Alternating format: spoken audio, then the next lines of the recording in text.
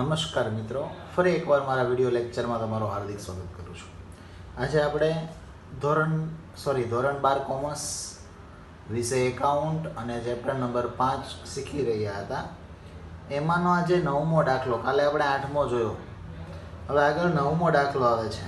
આસ્થા અને આહના એક પેઢીના ભાગીદારો છે, એટલે એ જૂના. 31/3/17 રોજ સર્વૈયું તમને પાકું સર્વૈયું આપ્યું છે અને છેલ્લે કીધું છે વચ્ચે કે 1/4/17 રાજ તેઓ સોનુને નવા ભાગીદાર તરીકે દાખલ કરે છે અને નીચે કીધું જરૂરી ખાતા ખોલીને પાકું સર્વૈયું તૈયાર કરો. જરૂરી એટલે આપણે આગળના જે દાખલામાં ગણેલા એ જ ખાતા ફરી એકવાર યાદ દેવરાઈ દો તમને.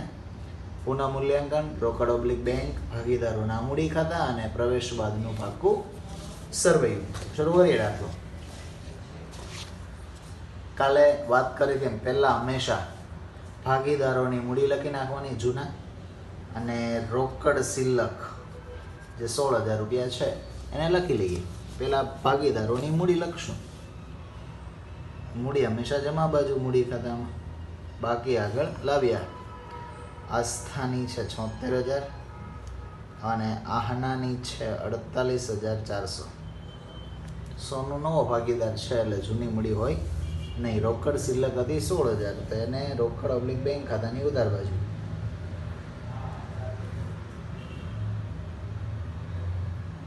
ચાલો લખાઈ જાય એટલે સીધો હવાલામાં. પહેલો હવાલો, સોનું મૂડી તરીકે 80,000 અને તેના ભાગની પાઘડી પૈકી 7200 રૂપિયા રોકડા લાવે છે. એક મૂડીના 80,000 લાવે છે અને પાઘડીના 7200 લાવે છે. તો લખી નાખો. પહેલાં શું લખી લેવાની? એની આમનો હંમેશા. પહેલાં હંમેશા એની આમનો લખી લઈશું. મૂડી તરીકે લાવે ને એની આમનો લખીશ પહેલાં હું, કે મૂડી તરીકે રોકડા લાવ્યા એટલે રોકડ ખાતે ઉધાર ટૂંકમાં લખું છું. અને તે સોનું એટલે એસ લખું છું. સોનુના મૂડી ખાતે જમા. ખ્યાલ આવી ગયો? પછી ખતવણી બેની સાથે કરી નાખી. આની લખી લઈએ.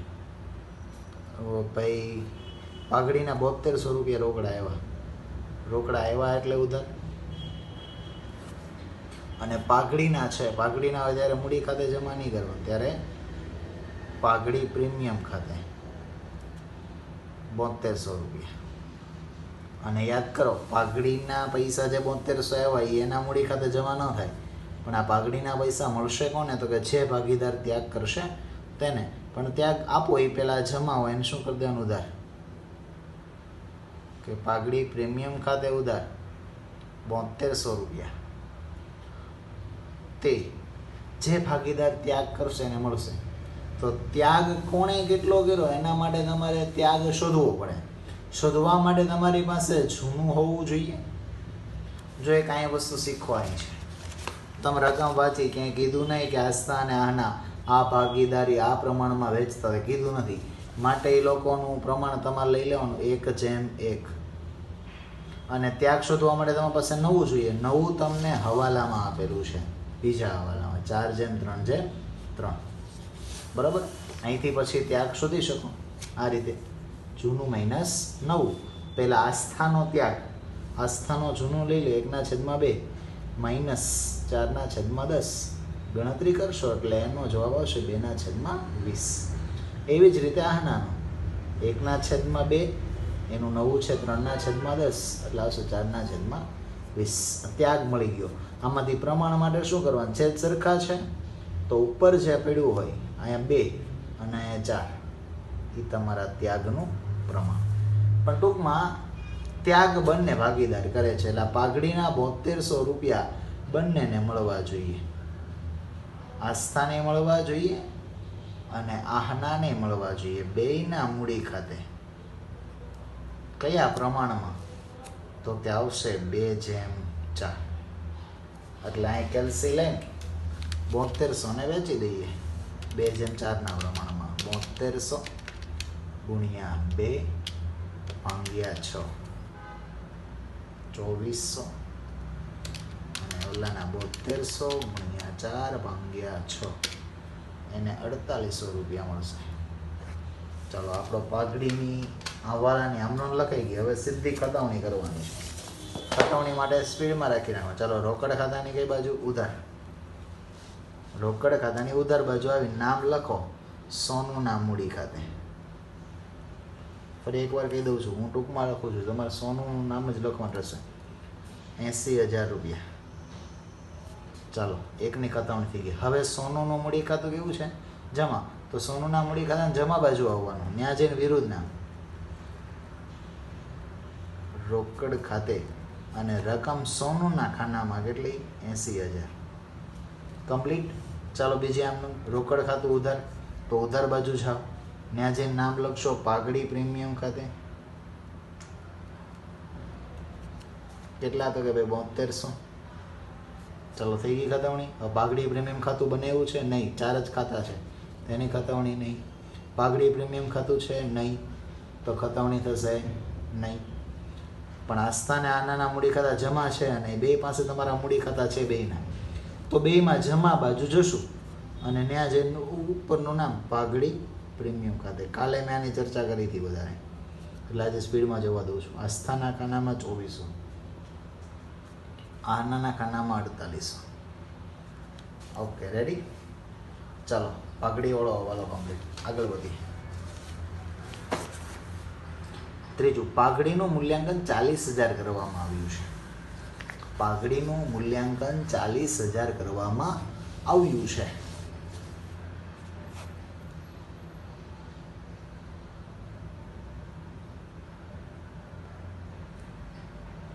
એક નિયમ લખવો હોય તો લખી લેજો. જ્યારે પણ હવાલામાં એમ કે પાઘડીનું મૂલ્ય નક્કી થયું, એ હંમેશા તમારી નવી પાઘડી હોય. નવી એટલે ત્રણેયની, જે આવવાનો છે એ આવી ગયો અંદર. આ ત્રણેયની નવી પાઘડી કહેવાશે. ખ્યાલ આવ્યો? એટલે ટૂંકમાં નવા ભાગીદારને કેટલી પાઘડી લાવવાની ની જો તમને આ નવી આપી હોય ને ઉપર ખ્યાલ આવી જાય.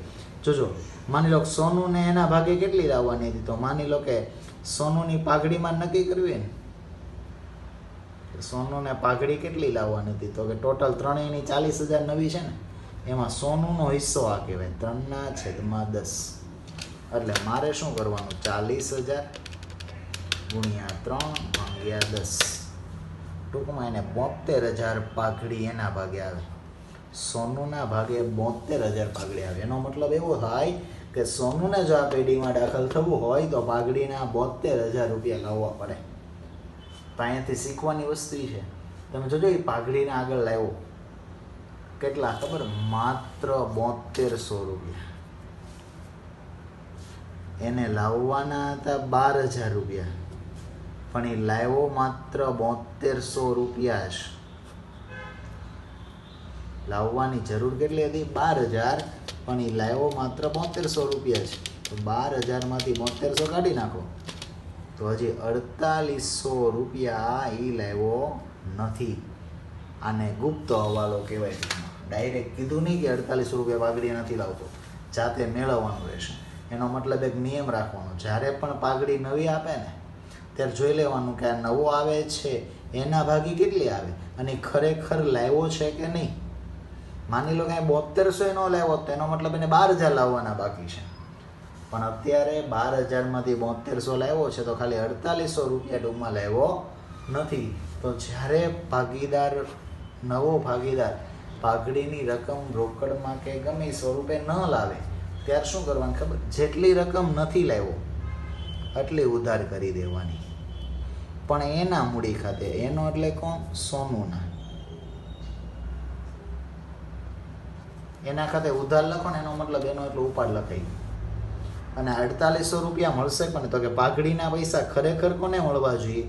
જે ભાગીદાર ત્યાગ કરે છે ને. ત્યાગ કોણ કરે? આસ્થા અને આહના. એક આસ્થા અને બીજી આહના. એ બેયના મૂડી ખાતે ટૂંકમાં જમા થવા જોઈએ. અને કયા પ્રમાણમાં? તો કે આ જ પ્રમાણ, કારણ કે આ પાઘડીના પૈસા જ છે. અહીંયાને 7200 જ મળ્યા, ખબર છે ને? ખરેખર 12,000 મળવા જોઈએ. અહીંથી 7200 જ મળ્યા, બાકીના 4800 અહીંથી એના ઉપાડ ચડાવીને આપવાના. એટલે એક જ નિયમ રાખવાનો, જ્યારે એમ થાય કે એટલી પૈસા નથી લેવો એટલો ઉપાડ ચડાવો અને રકમ જે ભાગીદાર ત્યાગ કરે એને આપી દેવાના. 4800 ગુણ્યા 2/6. આસ્થાને 1600 અને આહનાને 3200 રૂપિયા મળશે. ખ્યાલ આવી ગયો? હવે સીધી ખતવણી. ચાલો, સોનુનું મૂડી ખાતું ઉધાર, તો સોનુના મૂડી ખાતાની ઉધાર બાજુ આવી ગયું. ત્યાં 2 નામ લખવા પડશે. આસ્થાના મૂડી ખાતે અને બીજું આહનાના મૂડી ખાતે. ખ્યાલ આવે છે? અને આ જેની ખતવણી કરી છે ને એના ખાતામાં લખવાના 4800 રૂપિયા, સોનુના ખાતામાં લખવાના થાય, કારણ કે એના ઉપાડમાં ચડાવવાના 4800. એક તો નહીં લખી નાખો એટલે ટૂંકમાં 1600 લખાશે અને 3200, પણ રકમ ટોટલ 4800 ટૂંકમાં ઉધાર બાજુ લખાવી જોઈએ. 11માં આપણે ખતવણી શીખીને આવ્યા છીએ. હવે આ બેના મૂડી ખાતા છે કેવા છે? જમા. તો બેની જમા બાજુ જાઓ, ત્યાં જઈને નામ લખવાનું થશે વિરુદ્ધ. વિરુદ્ધ એક જ નામ, સોનું. સોનુના મૂડી ખાતે અને રકમ આસ્થાના ખાનામાં 1600 અને આહનાના ખાનામાં 3200. એટલે જ્યારે પણ આ રીતનું થાય કે એટલી લાવવા નથી ને એટલી નથી લાવવા, ત્યારે એટલો એનો ઉપાડ ચડાવી દો અને પૈસા કોને આપી દેવાનો? તો કે આ ખરેખર જ થયું, જો આનો એટલો ઉપાડ ચડી ગયો ઉધાર બાજુ અને આ લોકો બેન મળી ગયા. આગળ, કામદાર વળતરનો દાવો 3200 રૂપિયા મંજૂર થયો છે. બહુ સમજવા જેવો વાલો છે. દાવો મંજૂર થયો છે એનો મતલબ તમે કોઈ કામદારને છે ને 3200 રૂપિયા આપવાનું નક્કી કર્યું છે. હજી આપ્યા નથી, મંજૂર કર્યું. જો હજી કોઈ પણ દાવો મંજૂર થયો, પૈસા આપ્યા નથી. એટલે એનો મતલબ જ્યારે તમે દાવો મંજૂર કરશો ને કોઈ પણ પ્રકારનો, એટલે પહેલું કામ તમારું દેવું વધશે. દેવું હંમેશા મૂડી દેવા લખી નાખવા. કામદાર વળતરનો દાવો 3200 રૂપિયા તમે મંજૂર કર્યો એટલે તમારે દેવું વધી ગયું. આપવું પડશે ગમે ત્યારે, હજી આપ્યું નથી. પહેલી આ રીતે વિચારો. ટોટલ હવાલો છે એટલે 2 અસર આવશે. પહેલી સમજાઈ ગઈ. બીજી, આનાથી તમને ફાયદો થયો કે નુકસાન? તો કે 100% નુકસાન, કારણ કે 3200 રૂપિયા આપણા ધંધામાંથી જશે. તો નુકસાન હંમેશા ક્યાં લખાય? પુનઃ મૂલ્યાંકન ઉધાર. પણ આવું નુકસાન જ્યારે કામદાર કારીગર અકસ્માતને લગતું કોઈ એવો દાવો આવશે ને ત્યારે જોઈ લેવાનું, આની માટે તમે અનામત મૂકેલું છે એ તમને પાકું સરવૈયું આપ્યું ને એમાં હશે. જો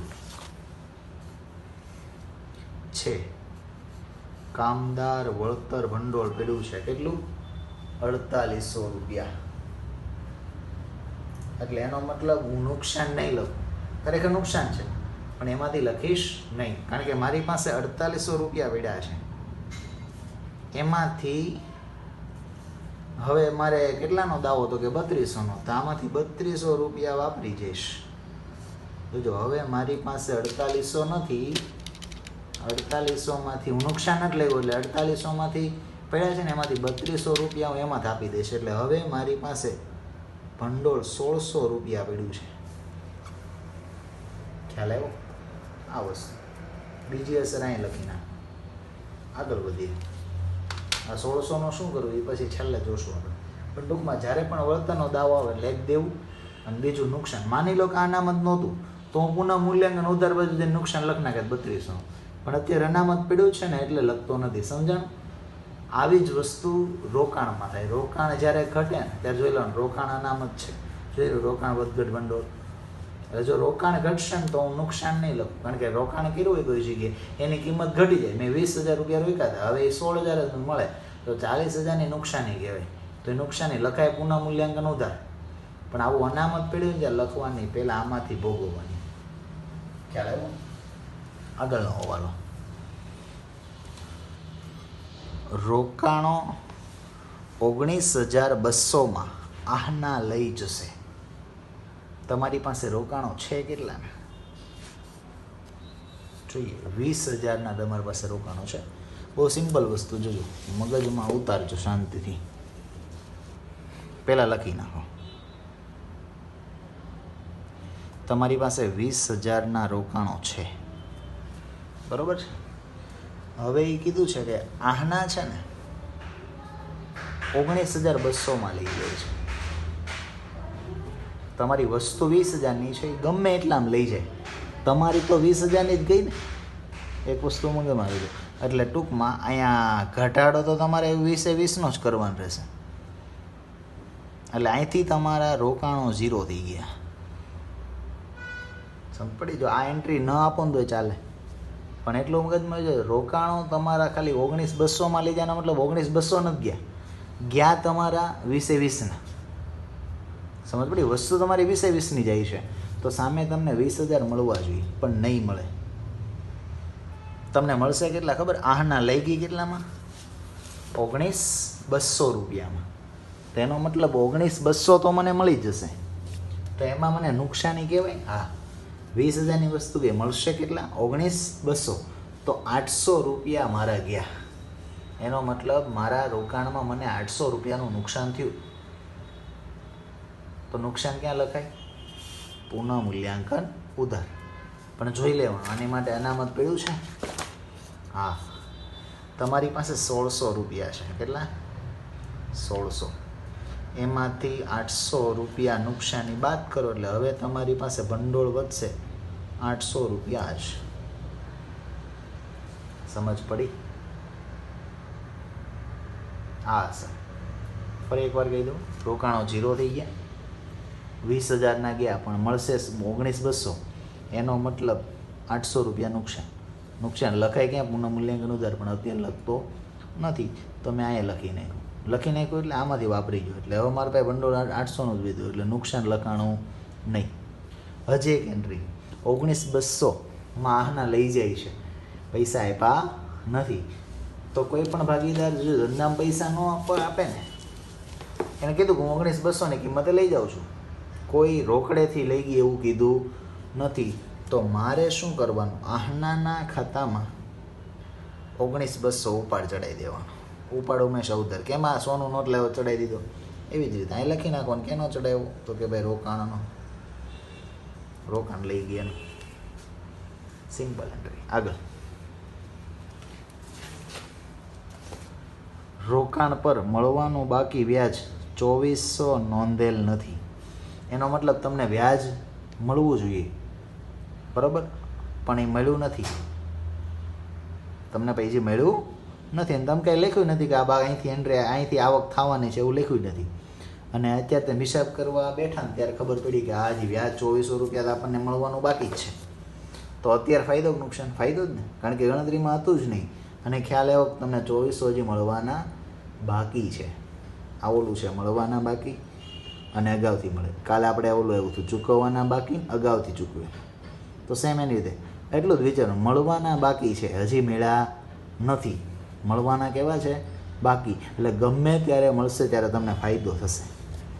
અને ફાયદો કે લાભ થાય એટલે હંમેશા પુનઃ મૂલ્યાંકન ખાતાની જમા બાજુ ન્યા જઈને શું લખશો? મળવાનું બાકી, રોકાણનું વ્યાજ કેટલા રૂપિયા? તો કે 2,400. અને હજી મેળવ્યું નથી. લેવાનું બાકી છે, લેવાનું બાકી એટલે લેણા.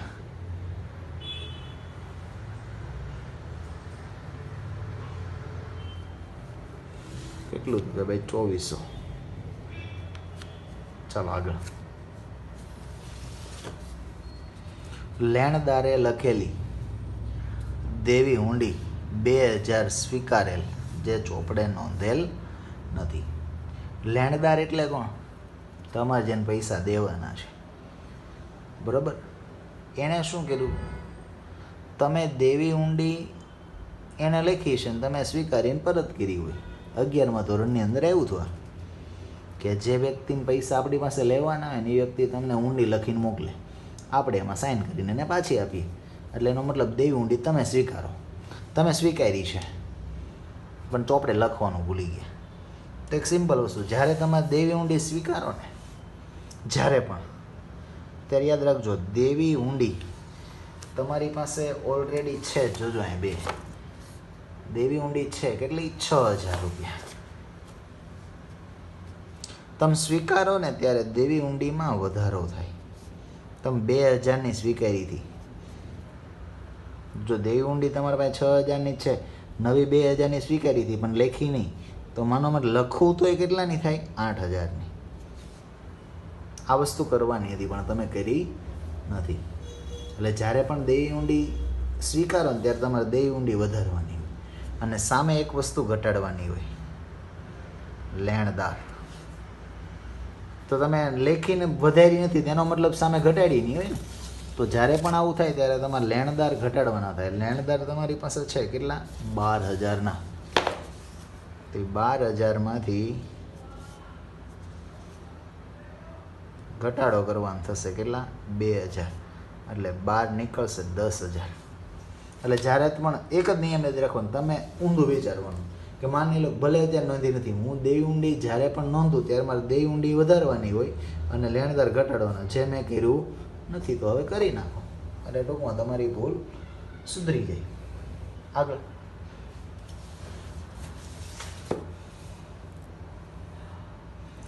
જમીન મકાનની ચોપડે કિંમત તેની બજાર કિંમત કરતાં 20% ઓછી છે.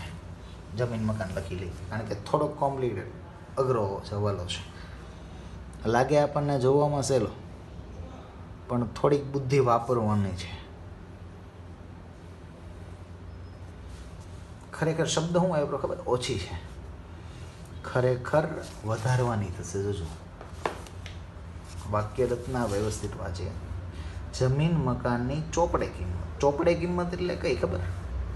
તમે જે પાકા સર્વેમાં લખી હતી ને એ કિંમત બજાર કિંમત કરતાં 20% ઓછી છે. એટલે એનો મતલબ તમે જે લખેલી છે એ બજારમાં જે ભાવ હાલતો હોય ને એની કરતાં તમે 20% ખરેખર ઓછી લખી છે. જે એક સિમ્પલ વસ્તુ. માની લો કે કોઈ વસ્તુની બજાર કિંમત 100 રૂપિયા છે. હું તમને એમ કહું કે આ 100 રૂપિયાની વસ્તુ છે, મારે એને 20% કિંમત ઘટાડી નાખવી છે. એટલે તમે શું કરશો કેલ્સીમાં? 100 ગુણ્યા 20, 100 ગુણ્યા 20%. એટલે 20 રૂપિયા ઘટાડી દઉં એટલે 80 રૂપિયા આવી. બરાબર ને? કોઈ 100 રૂપિયાની વસ્તુ છે, હું તમને એમ કહું ભાઈ આની 20% કિંમત ઘટાડી નાખો, એટલે તમે કહેશો કે 80 રૂપિયા થઈ ગયા. એટલે તમે શું કર્યું છે ખબર? અત્યારે બજારમાં કેટલી કિંમત હાલે છે ને એને જ લખ્યું. તમે જે કિંમત લખી છે ને એ 20% ઘટાડેલી છે. કેટલી? 40,000. એટલે ઓછી વાળી લખી છે. બુદ્ધિ ચાલી. ખરેખર કહેવા એ માગું છું, તમે જે લખી છે ને ખરેખર 20% ઓછી છે.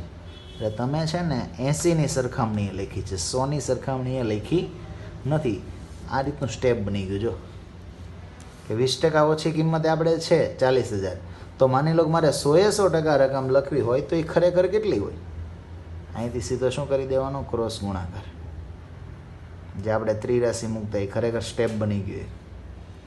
આ રીતે હંમેશા ગમે ત્યારે વિચારવાનું રહેશે. એટલે ખરેખર એની કિંમત 50,000 રૂપિયા હોવી જોઈએ. ખરેખર આ જમીન મકાનની કિંમત કેટલી હોવી જોઈએ? 50,000. પણ તમે લખી છે કેટલી? 40,000. એનો મતલબ મારે વધારો કરવો પડશે. કેટલાનો? 10,000 રૂપિયાનો. અને વધારો કરવાથી મને શું થાય છે? ફાયદો. ફાયદો થતો હોય તો હંમેશા પુનઃ મૂલ્યાંકન જમા. કે ભાઈ જમીન મકાનમાં 10,000 રૂપિયાનો ફાયદો થયો. ખ્યાલ આવે છે? આ વસ્તુ સાબિત કર્યું તમારી રકમ સાચી આવી કે નહીં. કરવાના 20%. ખ્યાલ આવ્યો? હવે મેં આના 20% કરીને સીધા દાબી દીધા હોત તો 40,000 ગુણ્યા 20 તો 48,000 જ નીકળે. એટલે ક્યારેય નહીં. વાક્યરચના વાંચો વ્યવસ્થિત. ચાલો આગળ. હવાલા નંબર 9. ચૂકવેલ વીમા પ્રીમિયમ માં 4800 આવતા વર્ષના છે. એટલે તમે વીમા પ્રીમિયમ ચૂકવી દીધું, પણ એ 4800 પ્રીમિયમ આવતા વર્ષનું હતું. એનો મતલબ અગાઉથી ચૂકવાઈ ગયું. એક પ્રીમિયમ એવું છે તમે અગાઉથી ખર્ચો કરી નાખ્યો છે તો ફાયદો થાય. ચોખ્ખી વસ્તુ છે. આવતા વર્ષે નહીં ચૂકવવું પડે. ફાયદો ક્યાં લખવાનો? પુનઃ જમા. અગાઉથી ચૂકવેલ વીમા પ્રીમિયમ અને કેટલું ચૂકવાઈ ગયું? તો ભાઈ કે 4800. અને અગાઉથી ચૂકવેલ લખાશે ક્યાં? કે મિલકત લેણા. આ તો સિમ્પલ હવાલો છે, કારણ કે મિલકત લેણા બાજુ મળવાના બાકીને અગાઉથી ચૂકવેલ લખે. અહીંયા ચૂકવવાના બાકીને અગાઉથી મળેલા. એ તો આપણે શીખીને એવા ગયા. કમ્પ્લીટ બધા હવાલા આવી ગયા છે.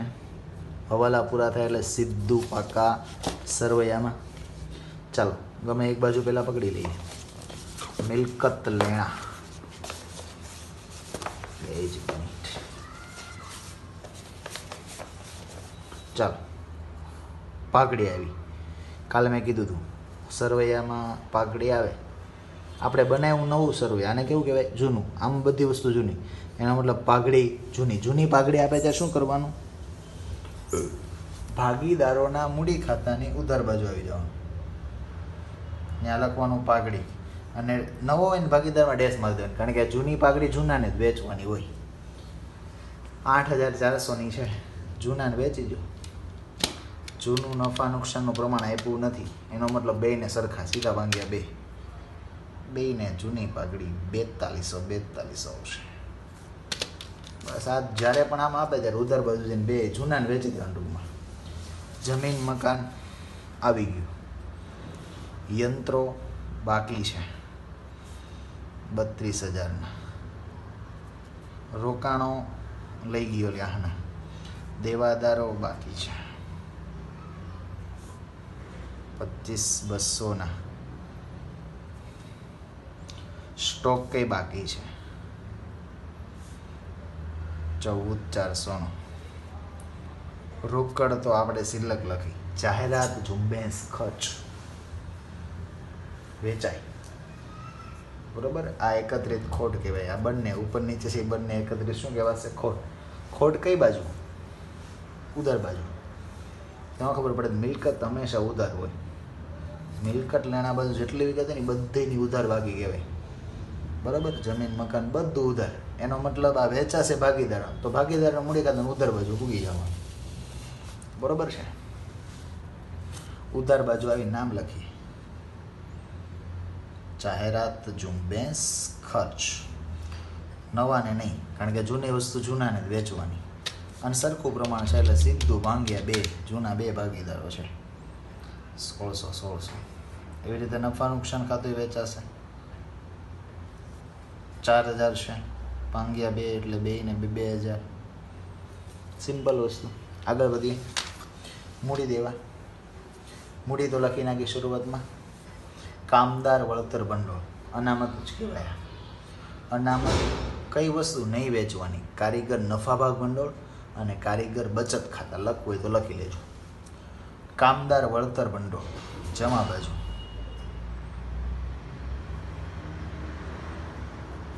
બરાબર.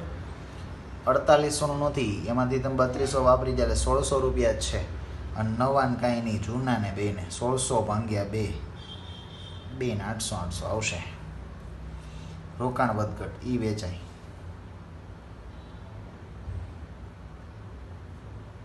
છે 1600, પણ એમાં 800 વાપરી ગયા એટલે 800 વીધું. 2 ને અડધું 400. અડધું શા માટે? કારણ કે જૂનું પ્રમાણ નથી આપ્યું એટલે આપણે 1:1 લઈ લીધું છે. Provident fund. ત્રીજી વસ્તુ. ફંડ એટલે અનામત નથી, બરોબર. ફંડ એટલે અનામત નહીં ગણી લો. પ્રોવિડન્ટ ફંડ, કારીગર નફા ભાગ ભંડોળ અને કારીગર બચત ખાતા. આ 3 વસ્તુ થઈ. ક્યારેય નહીં વેચવાનું, કારણ કે દેવું કહેવાય. દેવું ક્યાં લખાય? મૂડી દેવા 6400. કાલખાદ અનામત. હવાલો નથી આપ્યો તો જ્યાં પડી છે ત્યાં રહેવા દેવું. મૂડી દેવા બાજુ છે તો મૂડી દેવા બાજુ લખી નાખે. કાલખાદ અનામત 8,000. લેણદારો આવી ગયા, દેવી ઊંડી આવી ગઈ. ઓકે, દાખલો કમ્પ્લીટ. ચાલો ખાલી પેક કરવાનો છે ઝડપથી. કાલે કર્યો તો એ રીતે જ. પુનઃ મૂલ્યાંકન ખાતામાં ઉધાર બાજુ કાંઈ નથી એટલે હંમેશા જમા બાજુ સરવાળો વધારે છે. અત્યારે 2400, 10,000 પ્લસ 4800, ટોટલ આવ્યા 17,200. વ્યવસ્થિત સીધી લીટી કાઢી દો. અત્યારે સ્પીડમાં હું કામ કરું છું. એનો મતલબ તફાવત કેટલો પડ્યો? 17,200. નફો કોને વેચાશે? તો કે જૂના ભાગીદાર આસ્થા અને આહના. જૂનું પ્રમાણ એક જેમ એક એટલે સીધા ભાંગ્યા 2 જ કરવાના ને કે ભાઈ 17,200 ભાંગ્યા 2 એટલે એકના ભાગે આવ્યા 8600 અને બીજાના ભાગે 8600 રૂપિયા. ચલો સીધું અહીંયા ઉધાર તો ભાગીદારોના મૂડી ખાતામાં જમા બાજુ સીધું. પુનઃ મૂલ્યાંકનનો નફો આસ્થાને મેળો જ છે 8,600 અને આહનાને પણ 8,600. ઓકે. હવે રોકડ ઓબ્લિક બેંક એમાંય જમા બાજુ કાંઈ નથી, ઉધાર બાજુ ટોટલ મારી દો 16,000, 80,000 ને 7200. 1,03,200. આ પેન્સિલથી વ્યવસ્થિત કરવાનું છે. નીચે 2 લીટી 1,03,200. અહીં લખાશે બાકી આગળ લઈ ગયા અને બાકી લઈ જવાની સાથે સાથે લખી જ નાખવાની એટલે ટૂંકમાં ભૂલાય નહીં. મિલકત લેણા બાજુ પકડીને લેવા હતા ને ત્યાં પાછી મૂકી આવો 1,03,200. ઓકે. હવે આ ખાતું ચેક કરવાનું છે. ઉતાવળ નહીં કરવાની આમાં. ગમે એક વ્યક્તિનું પહેલાં આસ્થાનું લઈ લઈ. મૂડી ખાતું એટલે આ બાજુ સરવાળો ફિક્સ જ હોય, જમા બાજુ વધારે.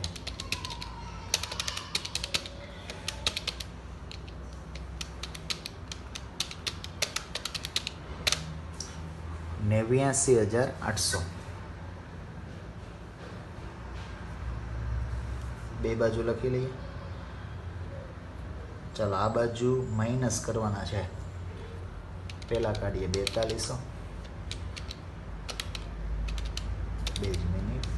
89,800 માઇનસ 4200 માઇનસ 1600 માઇનસ 2000 એટલે 82,000ની બાકી નીકળી આમાં. હવે આના 48,400 પ્લસ 4800 પ્લસ 3200 પ્લસ 800 66,200.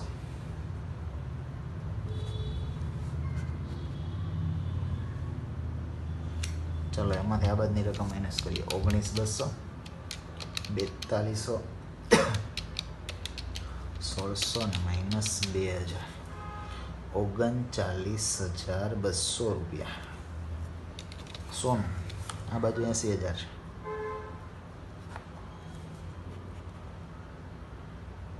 ચલો 80,000માંથી બે વસ્તુ કરીએ. 80,000 માઇનસ 1600 માઇનસ 3200 75,200.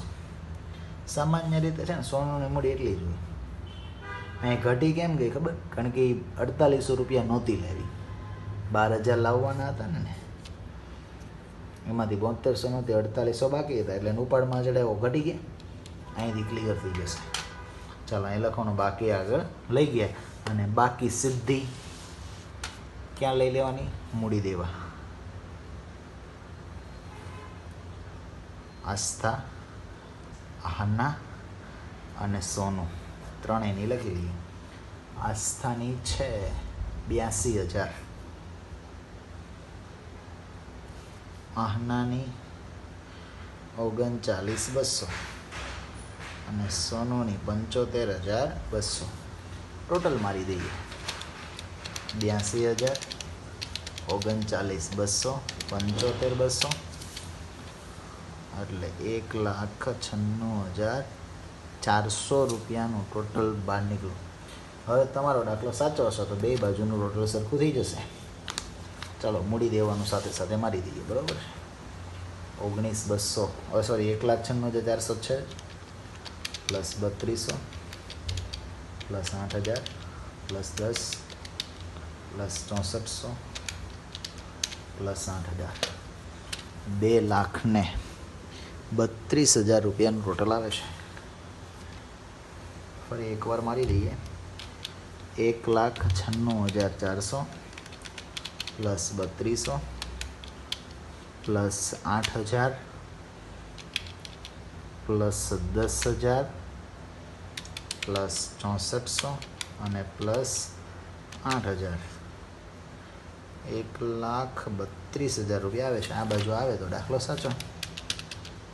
2,400, 50,000, 4800, 32,000, 25,200, 14,400 અને 1,32,000.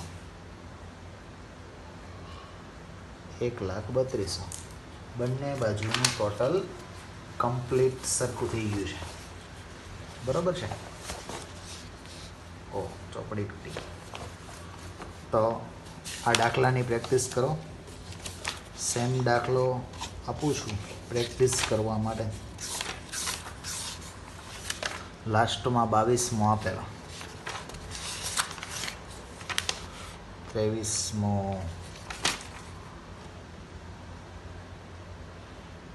સેમ એના જેમ જ છે. બરાબર, કમ્પ્લીટ એમ જ છે. પ્રેક્ટિસ કરો. જાહેરાત ઝુંબેશ ખર્ચ છે ને સંશોધન વિકાસ ખર્ચ આપ્યો. આ ભાગીદારોને વેચી દેવાનો, મૂડી ખાતાની ઉધાર બાજુ. નવું આપ્યું છે ચૂકવવાના બાકી ખર્ચા, પાકા સર્વે એમ આપ્યા. તો જો પાકા સર્વે એમ જેટલી છે ને બધાની એક જ હશે. અને આ ચૂકવવાનો બાકી ખર્ચો છે એને સીધું તમારે જવા દેવાનો છે પાકા સર્વે એમાં મૂડી દેવા બાજુ. કારણ કે આને લગતો કાંઈ અહેવાલો ન હોય ને તો જ્યાં પીડ્યું છે ત્યાં જવા દેવાનું. બસ, બાકી સેમ એના જેવો છે. ટ્રાય કરો અને પ્રેક્ટિસ કરો. કારણ કે 8 ગુણ મેળવવા બહુ સરળ છે આમાં. તો પ્રેક્ટિસ કરો. ફરી મળીશું એક નવા વિડીયો સાથે. ત્યાં સુધી નમસ્કાર મિત્રો.